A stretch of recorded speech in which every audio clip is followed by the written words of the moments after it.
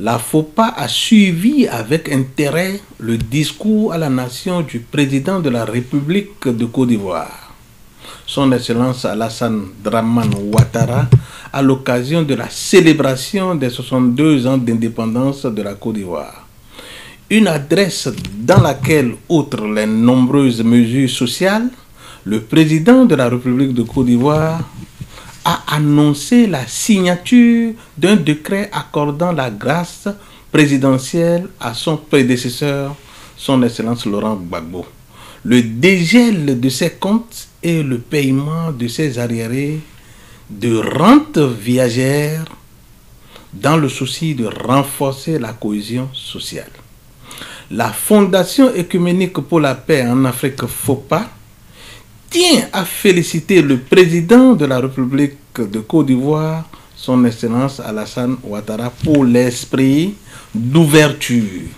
de pardon et de compréhension. Excellence, Monsieur le Président de la République,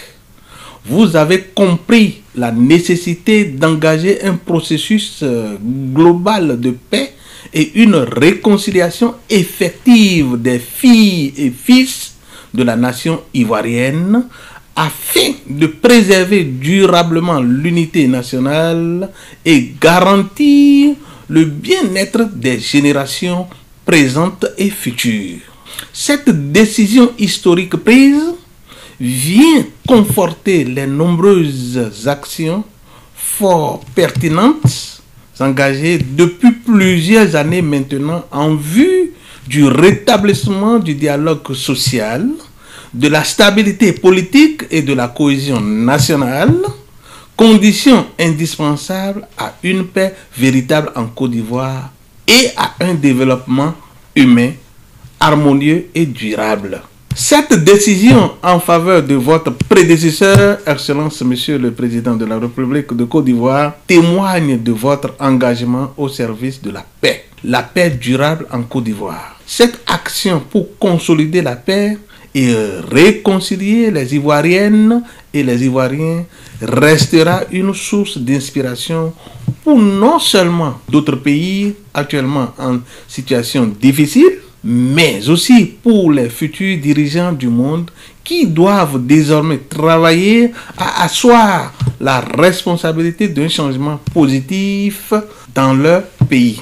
Excellence, Monsieur le Président de la République, la réconciliation est un processus et la FOPA voudrait vous inviter à poursuivre